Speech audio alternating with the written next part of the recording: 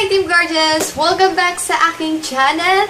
For today's video guys, ay meron akong i-share sa inyo. Sobrang na-miss ko kayo kasi almost 2 weeks na ako hindi na ako nakapag-video. Disclaimer lang guys kasi medyo maingay dahil sa electric fan kasi medyo mainit pa ngayon. Yung gamit ko rin ngayon guys na lighting is natural lighting lang. So dito ako nakaharap sa bintana. Kasi today, meron ako i-share sa inyo kasi nga yung nangyari dun sa aking DIY ring light na basag na siya. So nakabili ulit ako ng eto, yung Firefly na ring light. Murang-mura lang to guys.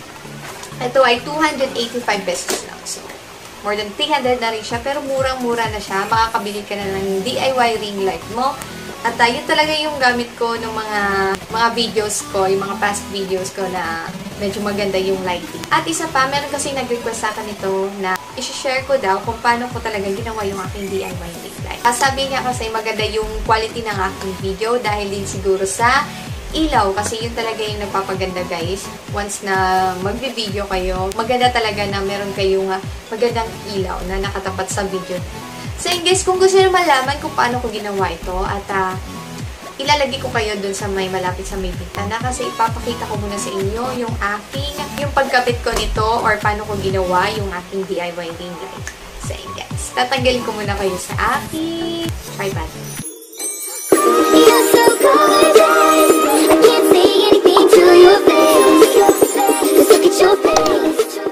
Bago ko simulan yung lahat guys, nakatuwalya pa ako kasi medyo basa pa yung aking buhok at kakaligo ko lang. Kasi ang bala ko talaga, after kong gawin tong DIY ring light ko, ay gagawa ko ng isa pang video or dalawang video para sa i-review ko ng mga product. At disclaimer din sa aking background. So kung nakikita nyo, yun yung aking isang ring light. Yan yung nabasa guys. So, andun muna siya sa lamesa. Ayan. So, nakikita niyo guys. Sobrang na-miss ko talaga maggawa ng video. So, ayan. So, sisimulan na natin itong dami ko pang satsat, no? Ayan. So, let's get started. So, ayan guys, ang mga kakailanganin natin or bibilhin natin. Ito yung pinakita ko sa inyo, yung ring light. Ayan. Ito yung Firefly. Binili ko to sa Handyman guys. Ito yung price niya. 200. Ayan. Andito guys. 285. Ayan siya. Hindi ito LED guys ha. Kaya mura siya guys. Ayan. Tapos ito ay 30 watts. Ayan. And then next na ipapakita ko sa inyo ay itong socket niya. Kasi kailangan natin ng socket guys for ito. Ayan. Pinili ko na socket ay itong Omni na brand. Ayan. Yung price na to is 199. So, 200 pesos na rin siya, guys. So, kakailanganin natin to for the ring light. And then, next ay, hindi naman to masyadong kakailanganin, guys. Pero, bumili ako nitong bulb. Ito ay LED. Sa Ace Hardware binili. Ito ay Akari. Murang-mura lang din, guys. Yung price nito is 120 pesos. Tapos, bumili rin ako nitong socket niya. Ayan. Hindi magkasama to guys, magkaiba siya. So, ito ay 53 pesos. Ayan. Ilalagay ko siya sa aking likod ng aking backdrop. So, yun yung plano ko. Kaya, bumili ako nitong mga iba't ibang kulay ng mga katulina na ilalagay ko sa likod. So, hopefully na magkakasya siya sa aking likod dun sa wall. Ididikit ko lang siya guys. Then next ay kakailangan natin syempre iikot natin para sa socket. Ayan. Para dun natin idikit sa tripod natin. Ayan. Papakita ko yan sa inyo later guys. Kakailangan natin itong electrical tape. Ito ay importante para sa mga electric. Ito talaga dapat ang kakailangan. Kaya nga electrical tape. Gagamit. Ayun. Tapos gunting. Syempre. Ayan. Ayan, ipapakita ko rin sa inyo guys kung paano ko nilagay yung aking isang ano tawag yun? Yung Gorilla Pad for the cellphone. Ayan, papakita ko rin yan later. At i-demo ko na sa inyo kung paano ko ginawa yung aking DIY. Then, ilalagay ko muna yung aking phone doon sa may bintana para mapakita ko sa inyo kung paano ko siya inassemble. Ayan guys. Ayan yung itsura ng aking tripod. And then, ito yung Gorilla Pad, guys. Ayan. Tapos, ito yung nasira din na socket. Ayan siya. Ayan. Sira na kasi nawala na yung parang silver niya dito sa ilalim. And then, ayan. So, nakatungtong lang din kasi siya. Ayan. Oops. Baka mahulog. So, ayan. Tapos, pasensya nyo na yung mga kalat, guys. Ayan, sobrang kalat, no? Ayan. So, ikakabitan natin yan dito sa ating tripod. So, eto, tatanggalin ko muna to. Ikakat ko muna to. Ayan, kasi papalitan na natin tong sakit. Ayan, sorry sa aking pagbablog. Magulo. At medyo maliwanag din yung araw din kasi, guys. At etong GorillaPod, guys. Kaya, eto siya. Ayan. Nakaikot siya dito sa tripod. Ayan, so papakita ko sa inyo. Ayan. Ayan siya. Ayan, inikot ko lang. Hanggang dyan sa may likod din. Kasi nandito yung cellphone nilalagay. Tapos nandito rin yung ring light. Dyan sa likod ng phone. Don't worry, guys. Baka akala nyo na matataman yung phone sa ring light. So, meron akong nilalagay dyan na isang karton. Nilalagay ko siya, iniipit ko siya dito, guys. Pag nandyan na yung ring light, naiipit na siya dyan. Para hindi lang matamaan yung ring light dito sa GorillaPod. So, nilalagyan ko siya ng karton. So, para-paraan lang. Tapos, ayan, guys, papakita ko na sa inyo. Kukunin ko muna yung mga ring light. Ayan, yung socket. Tapos, ayan, yung electrical tape. Tapos, yung bulb na yan, hindi ko muna ipapakita sa inyo. So, next time, ipapakita ko na lang yan sa inyo kung paano ko ginawa yung sa backdrop ko. So, yun guys, natanggal ko na rin yung socket na luma. Tapos, tatanggalin ko rin dito sa baba kasi inikot ko siya. Ayan, gamit yung tali. Ayan, ito. Yung tali na to.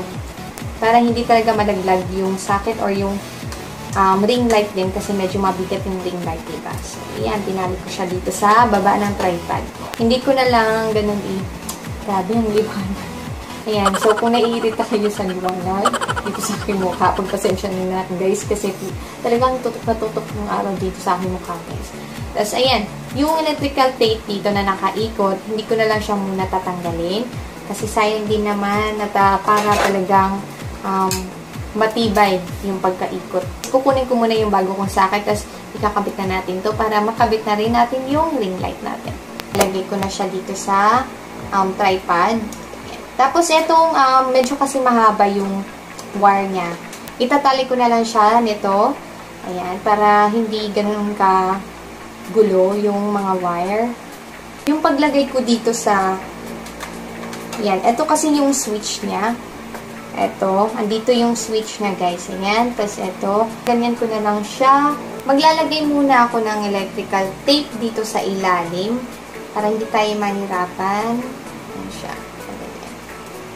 Tapos, dapat siguraduhin nyo na hindi matatamaan yung switch niya. Ayan. Tapos, saka natin ikabit. Ito. Siguraduhin nyo, guys, sana hindi matamaan yung switch.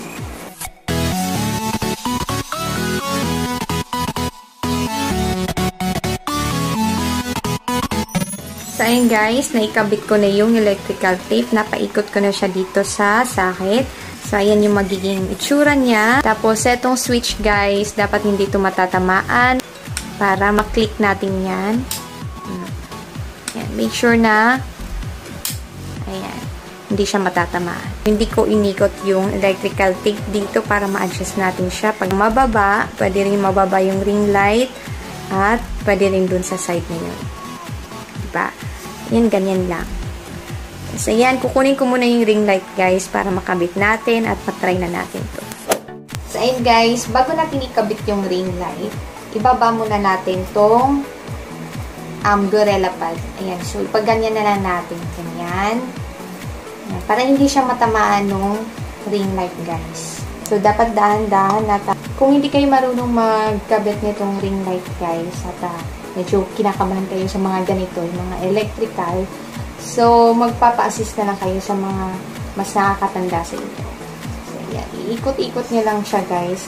Dahan-dahan lang. Tapos, dapat talagang hawakan nyo siya, baka malaglag. Yan. Tapos, dapat mahigpit. Ayan siya.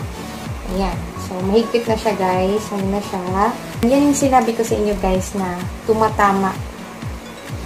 Ayan. Gaganyan ko siya taas. Diba? Tumatama yung ilaw dito sa ating GorillaPod. So, kukunin ko yung karton na ginawa ko.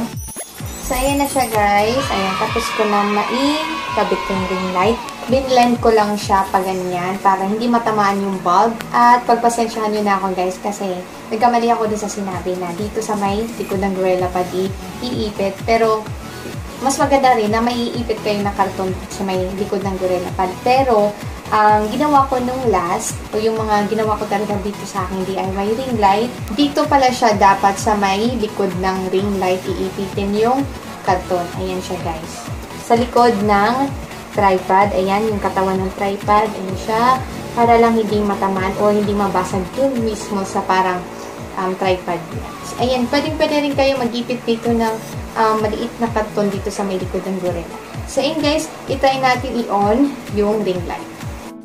Ayan, so saksak na natin guys. Oops! Ayun, nag-ilaw agad. Nagkamali ako sa switch, ayan. So, ayan na yung itsura niya. Ayan, so tapos na tayo sa ating DIY ring light. Ayan, sobrang liwanag. Tapos, ayan yung likod niya guys. Ayan. Tapos, pag in-off natin, ganyan lang. Ayan siya. Ayan. Ayan ulit. On. Ayan. So, ito na yung aking DIY ring light. Yan yung ginawa ko sa aking last na DIY. So, ayan. Pinalitan ko lang talaga ng ring light tsaka itong socket. So, ayan guys. So, sana nagustuhan nyo ang aking DIY ring light. Dito ko nilalagay yung phone. Kasi, diba, yung iba, nilalagay nila yung mga tripod nila, pinapatong pa nila dun sa may lamesa nila, sa may upuan. So, ang ginawa ko, yung Gorilla Pad ko, iniikot ko na siya dito sa katawan ng tripod. So, ayan. So, dito lang banda guys ha. Kasi kung isasama nyo itong dito sa may baba, itong parang silver, so, hindi na siya masastretch guys or mabiblend na pag ganito. Ayan. So, dapat dito lang banda sa may parang katawan ng tripod. So, yun guys, tapos ko na may kabit yung aking ring light at saka yung socket. At yung iba guys, itong bulb. Ayan. So, malalaman nyo na rin to next time kung paano ko gagawin yung aking paglalagay ng bulb dito sa likod for aking backdrop. Sana meron kayong natutunan dito sa aking mag-share kung paano ko ginawa yung aking DIY ulit. At sobrang pinapawisan ako guys kasi sobrang init talaga. Kung nagustuhan nyo talaga ito, please don't forget to hit the like button at i-click nyo na rin yung subscribe button kung hindi kayo nakapag-subscribe sa aking channel. At i-click nyo na rin yung bell button para if ever na may bagong video ako na i-upload, lagi kayong notify. Then don't forget also to follow me on my other social media accounts, guys. May Instagram, updated ako dyan sa Instagram ko, guys. Sa Twitter, at saka sa Snapchat. At meron din akong isang FB page, guys. Kung alam niyo na at nakikita niyo na sa aking IG stories, upload ako doon. Yung FB page ko sa aking gaming. Ayan, so i-follow niyo na rin. Ang pangalan ko doon ay Michelle GG Gaming. So, ayan. So, minsan kasi naglalaro din ako. Ayan. So, search nyo na lang yun, guys. Or ilalagay ko na lang din yung pangalan ng FB page ng pang-gaming ko. So, and guys, that's it sa ating video. And kung gusto nyo mapa-shoutout pala, ayan, mag-comment kayo down below. So,